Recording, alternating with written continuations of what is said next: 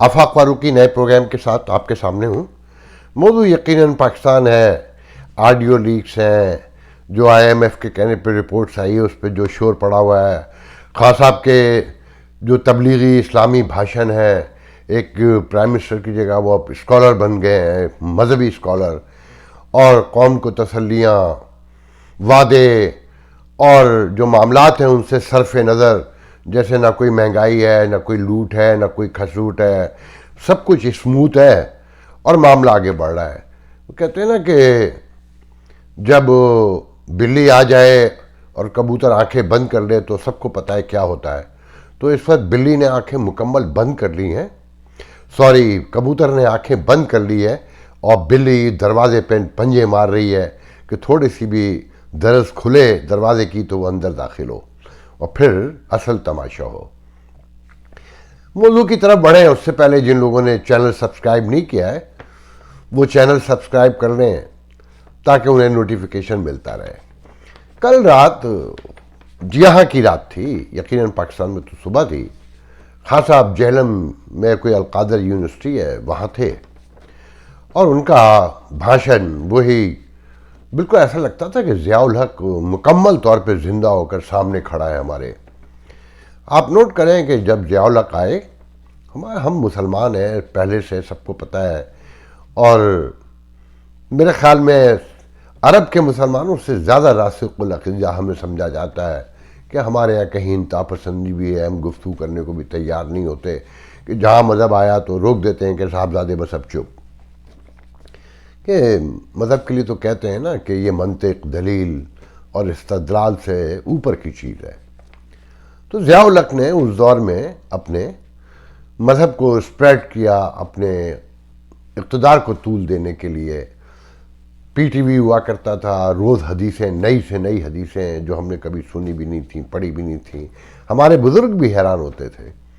مجھے یاد ہے کہ ایک محفل میں لاہور کی، فاروق لودھی مرحوم جو کمنٹیٹر بھی تھے اور ٹیلی ویژن کی نون شخصیت تھے، خبریں پڑھتے تھے، اور ضیاء الحق کی میت پر انہوں نے ہی کمنٹری کی تھی کہ ہمارے پھر پیارے صدر کا طیارہ پھٹ گیا، مشہور، آپ کو یاد ہوگا۔ وہ بتاتے تھے کہ ان کے دور میں حکم تھا کہ حدیثیں کم پڑھیں تو گڑھیں، جس میں نیکی کا تصور ابھرے، صبر کا، تحمل کا، شکر کا۔ تو یہ میں نے خود سنا ان سے، اور اس کے بعد آپ نے دیکھا کہ کیا ہوا۔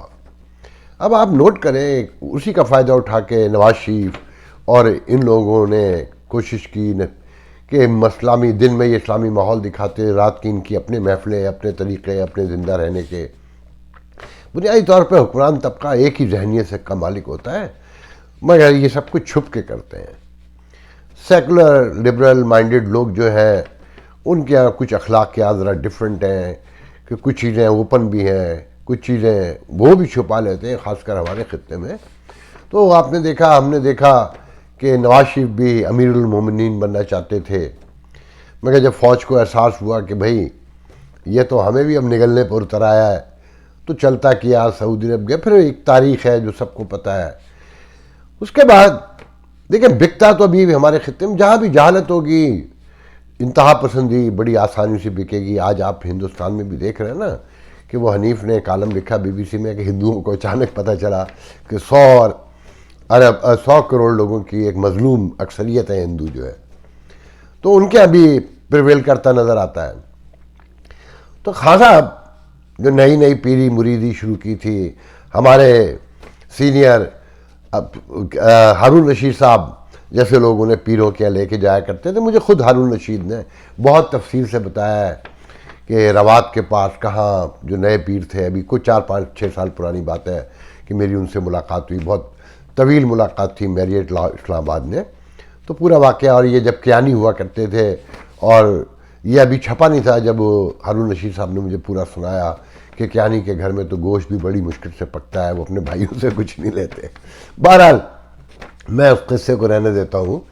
تو خان صاحب کو یہ بتا دیا گیا تھا کہ جناب مذہب ہی دکھا کر تم انہیں قابو میں رکھ سکتے ہو، اور اسی لیے پی ٹی آئی کے جو قریب ترین خان صاحب کے لوگ ہیں اور جو انوالو ہیں، جو مشورے دیتے ہیں، اور جو پرانے دوست ہیں، وہ پاکستانی قوم کو ریوڑ کے نام سے مخاطب کرتے ہیں، کیونکہ بھائی جب وہ دیکھ رہے ہیں اپنی آنکھوں سے کہ یہ ایک چورن پہ بک جاتے ہیں اور ایک تقریر کے اوپر سکھی اور مطمئن ہو جاتے ہیں، بھوک سے تڑپ رہے ہیں، ننگ سے بیکار ہیں، بیٹھے ہیں، مگر جہاں مذہب کا بھاشن آتا ہے چپ ہو جاتے ہیں. تو خاصا آپ کی رات بھی تقریر ٹوٹل ایک پریچر کی تقریر تھی کہ ایک مذہبی پریچر جو ہوتے ہیں، اور وہی کہ جی مغرب کے کلچر سے بہت بڑا خطرہ ہے، اور ساتھ میں یہ بھی کہہ رہے ہیں کہ اسلام پر اور محمد رسول صلی اللہ علیہ وسلم پر یورپ میں بڑا کام ہوا ہے، اور مغربی کلچر سے خطرہ بھی ہے. وہاں اس کلچر سے خطرہ ہے جہاں ان کے اپنے بچے رہتے ہیں. یہ اپنے بچوں کو وزٹ پہ بلاتے ہیں سال 2 سال کے بعد. جیسے مقبول عوریہ جان ہے، آپ کو مذہب کا چورن بیچتا ہے، مگر اس کی اپنے بچے، اس کی اپنی بیٹیاں امریکہ اور لندن میں رہتی ہیں، اور کہتا ہے کہ وہ میری بات نہیں مانتی. جو لوگ مجھے کہتے ہوئے شرم آ رہی ہے، میرے بھی بچے ہیں، پتہ نہیں کون کل کہاں کیسے کھڑا ہو جائے، مگر میرے بچے اگر کھڑے ہو جائیں تو میں نے تو لبرل ماڈرن بنایا ہے نا. انہوں نے تو بہت ہی اللہ بھلا کرے، کیا کہنا چاہیے اس کو، کہ مذہبی بنایا تھا. مگر مقبول عوریہ جان یہ بتاتا ہے بڑے فخر سے کہ جی میں کچھ نہیں کر سکتا. جب بھائی جب آپ نے جو تربیت دی تھی، انگریزی اسکول میں بھیجے تھے، گاڑیوں میں سفر کرتے تھے، جین پہنتے تھے، تو یہی ہونا تھا نا. مگر آپ دوسروں کے بچوں کو بتاتے ہیں کہ جین حرام ہے. تو خاص صاحب بھی ایگزیکٹلی وہی کر رہے ہیں جو عوریہ مقبول جان کرتا ہے کہ جناب مغربی کلچر سے بڑا خطرہ ہے. اور یہ جو اسکول سسٹم ہے، اسکول سسٹم مجھ سے زیادہ آپ کو پتہ ہے نا کہ وہ کیا ہے، کہ جو پیلے اسکول ہیں وہ تو فارغ ہو گئے نا جو سرکاری اسکول تھے. اچھا پھر دلچسپ بات یہ ہے کہ کوئی ایک پرائم منسٹر، ایک ہیڈ آف دی کنٹری، ایک چیف ایگزیکٹو آتا ہے تو وہ قوم کو بتاتا ہے. اس سے بہتر تو مودی ہے، کہ میں نے مودی کو سنا ہے کہ وہ انفراسٹرکچر کی کہانیاں سناتے ہیں روزانہ، کہ ہم نے اتنے 100 کروڑ، اتنے ہزار، اتنے لاکھ کروڑ وہاں کے لیے رکھے اور خرچ شروع ہو گیا، اور پوری کہانیاں. مگر یہ آ کے سنیں کیا بتا رہے ہیں، ان کی مستقبل کی ارادے کیا ہیں. یہ کہہ رہے ہیں کہ دیکھیں حضور صلی اللہ علیہ وسلم کی توہین پھر ہوگی وہاں سے، تو اب کی ہمیں ایک ایسی اسٹریٹجی بنانی ہے کہ ہم پر اسلام فوبیا کا نعرہ بھی نہ لگے اور ہم اسے کنٹرول بھی کر سکیں. مگر خاص صاحب کو دیکھیں اکانومی درست نہیں کرنا، اس کے بارے میں غور نہیں کرنا. جو آئی ایم ایف کے زبردستی کہنے پر رپورٹ شائع ہوئی ہے، آڈٹ رپورٹ آڈیٹر جنرل کی، کہ کرونا کے فنڈنگ میں کتنے گھپلے ہوئے، 40 ارب 120 میں سے کھا لیے گئے، مطلب 3 حصوں میں سے ایک حصہ تو کھا لیا گیا، اور وہ رپورٹ شائع کرنے کو تیار نہیں تھے. مطلب یہ نہیں کہتا کہ اگر آپ سے غلطی ہوئی ہے تو آپ وہ ظاہر کر دیں. آئی ایم ایف نے شرط رکھی کہ جناب اگر آپ کو مزید پیسے لینے ہیں تو وہ رپورٹ شائع کرنی پڑے گی، کہ رپورٹ 6 ماہ پہلے بن چکی تھی، مگر حکومت تیار نہیں تھی، جیسے فنڈنگ کیس میں جانے کو تیار نہیں ہے. مگر یہ اسٹریٹجی بن رہی ہے کہ اگر نیکسٹ ٹائم توہین رسالت ہوئی تو اس سے کیسے نپٹا جائے گا. یہ ہے آپ کے پرائم منسٹر. غور سے دیکھیں سارے معاملے کو. اب میں آپ کو ساتھ میں یہ بھی بتا دوں کہ یہ ایک طرف تو آپ کو بیوقوف بنا رہا ہے نا، کہ جو موجود حالات ہیں ان سے صرف نظر کرنا ہے. آپ تو یہ سننا چاہتے ہیں نا مہنگائی کیسے کنٹرول ہوگی، پیٹرول کی قیمت کب گرے گی، کیسے گرے گی، ڈالر کم ہوگا نہیں ہوگا، گندم چینی آٹا سستا ہوگا نہیں ہوگا، گڈ گورننس آئے گی نہیں آئے گی، اداروں کی لوٹ مار بند ہوگی کہ نہیں ہوگی. مگر وہ آپ کو یہ بتا رہے ہیں کہ ناموس رسالت یا صحابہ اکرام کے حوالے سے اگر کہیں دنیا میں گفتگو ہوگی تو اب ہم نے مل کے کیسے اسٹریٹجی بنانی ہے. یہ انسانوں کے دماغ کو کنٹرول کرنا چاہتے ہیں. مطلب جس کا وعدہ قرآن میں اللہ تعالیٰ نے خود کیا ہے کہ محمد کی حرمت کا وعدہ اللہ تعالیٰ کی ذمہ داری ہے، وہ بھی ہم نے لے لی. کہ دیکھیں انسانوں نے اللہ کو اس لیے تسلیم کیا کہ وہ سیکیورٹی دیتا ہے. مسلمانوں نے اللہ کو اس لیے قبول کیا کہ اللہ کی حفاظت پہ معمور ہو گئے. دنیا نے ایٹم بم اس لیے بنایا کہ وہ اپنے آپ کو سیکیور کر سکیں. ہم نے ایٹم بم بنایا اور ایٹم بم کی سیکیورٹی پہ معمور ہو گئے. قومیں اس لیے بنائی جاتی ہیں، جغرافی اس لیے کھڑے کیے جاتے ہیں کہ آپ اس میں سیکیور فیل کریں، آزادی سے رہ سکیں، ایک دوسرے کے احترام کے ساتھ، اور خوشحالی اور ترقی آپ کا راستہ چومیں. آپ کو ایک بند کر دیا گیا اور یہ کہہ کر ڈرایا جا رہا ہے کہ دنیا آپ کے خلاف ہے. آپ ذرا تضادات دیکھیں، آپ فرق دیکھیں.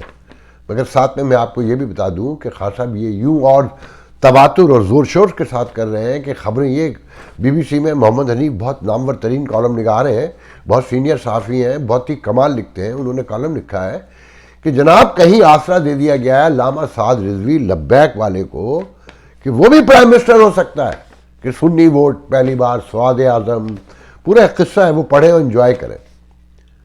تو خان صاحب اس کا توڑ بھی کرنا چاہتے ہیں کہ اسلام، انہیں پتا ہے کہ ان کو تو روٹی چاہیے ہی نہیں ہے، انہیں تو مذہب کا بگاڑ لگا کر دینا ہے، تو خان صاحب اسی پہ ٹوٹل گفتگو کر رہے ہیں۔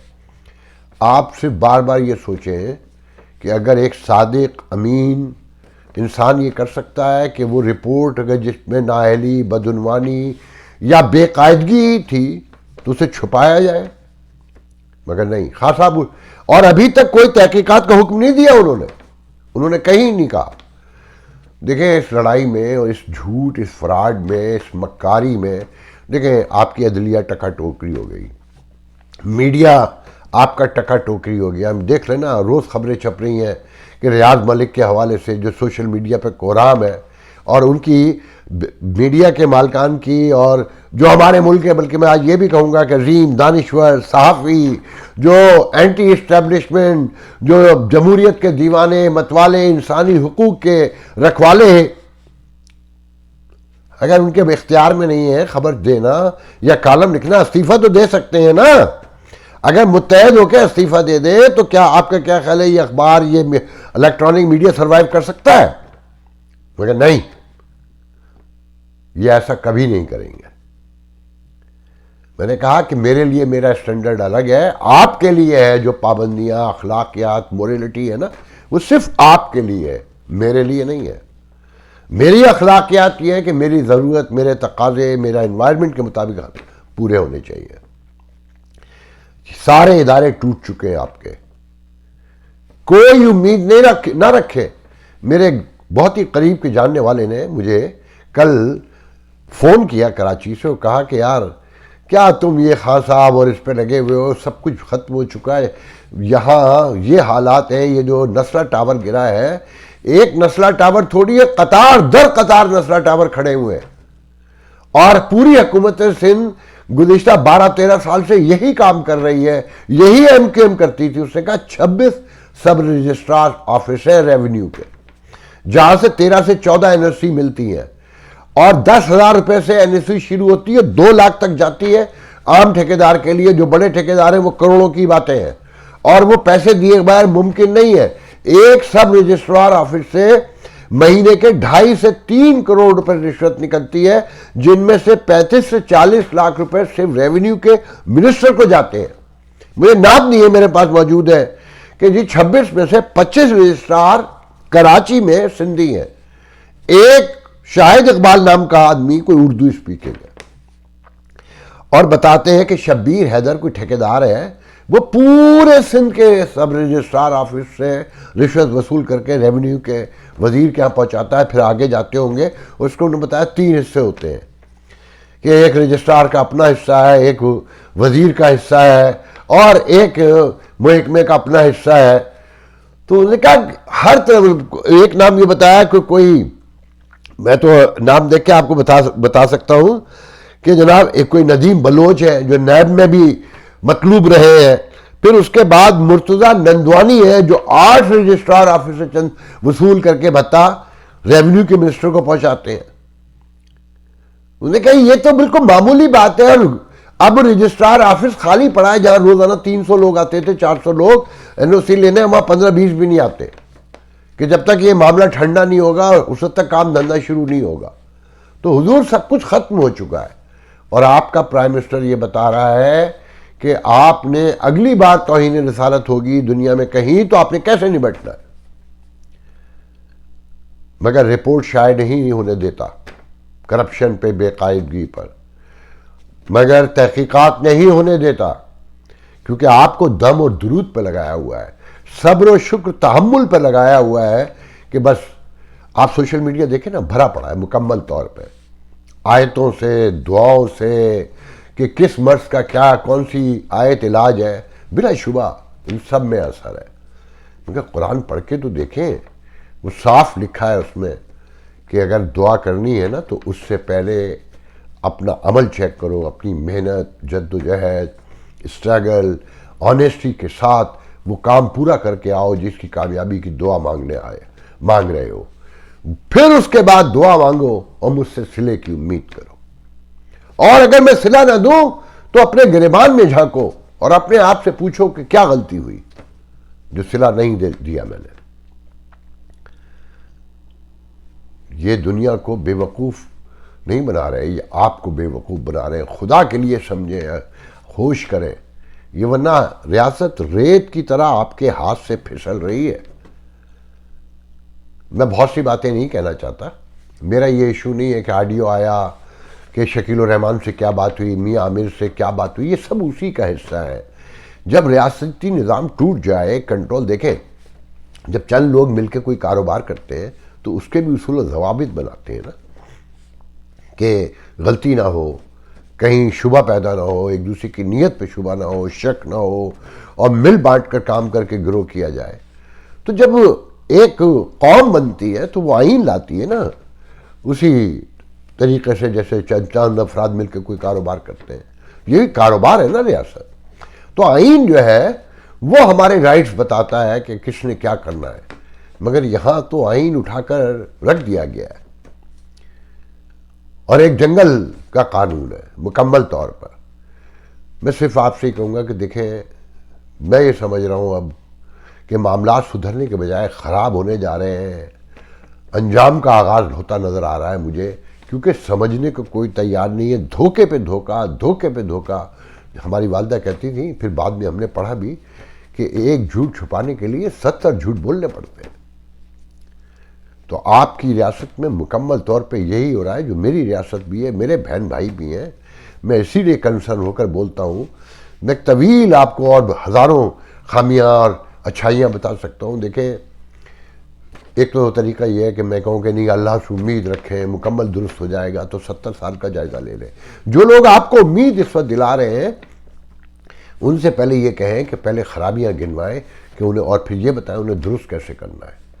پھر امید کی جا سکتی. جب تک آپ کو خرابیاں پتہ نہیں ہوں گی، اس کے خلاف آپ متحد ہو کے کھڑے نہیں ہوں گے کہ آئین کی پاسداری سے سب کچھ ممکن ہے. جس پر کوئی گفتگو بھی کرنے کو تیار نہیں ہے. نواز شریف کے کیمپ میں ووٹ خریدے گئے.